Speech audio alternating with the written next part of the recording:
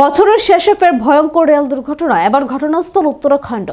দুই ট্রেনের মুখোমুখি সংঘর্ষ, কমপক্ষে 60 জন আহত হয়েছেন। অনেকেরই শারীরিক অবস্থা আশঙ্কাজনক। সর্বভারতীয় সংবাদ মাধ্যম সূত্রে জানা গেছে, মঙ্গলবার রাতে দুর্ঘটনাটি ঘটেছে উত্তরাখণ্ডের চামোলি জেলায় বিষ্ণুগড় ও পিপলকোটি জলবিদ্যুৎ প্রকল্পের পিপলকোটি টানেলের ভেতর একটি লোকো ট্রেন ও একটি মালগাড়ির সংঘর্ষ হয়। লোকো ট্রেনে 109 জন আধিকারিক ও কর্মী ছিলেন। দুর্ঘটনায় 60 জন আহত হয়েছেন।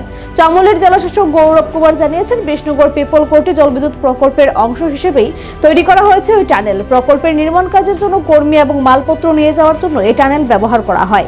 এই কাজের জন্য একটি লোকো ট্রেনে করে যাচ্ছিলেন আধিকারিক এবং শ্রমিকরা। সেই ট্রেনে ছিলেন প্রয়োজনীয় সরঞ্জাম। ট্রেনে মোট 109 জন যাত্রী ছিলেন। চামোলির মহকুমা শাসক জানিয়েছেন, দুর্ঘটনায় 60 জন আধিকারিক ও কর্মী আহত হয়েছেন। তড়িঘড়ি তাদের উদ্ধার করে স্থানীয় হাসপাতালে নিয়ে যাওয়া হয়েছে। 10 জনকে চিকিৎসার জন্য পাঠানো হয়েছে গোপেশ্বরের জেলা হাসপাতালে। বাকিদের শারীরিক অবস্থা স্থিতিশীল। বর্তমানে কি কারণে দুর্ঘটনাটি ঘটলো তা খতিয়ে দেখা হচ্ছে।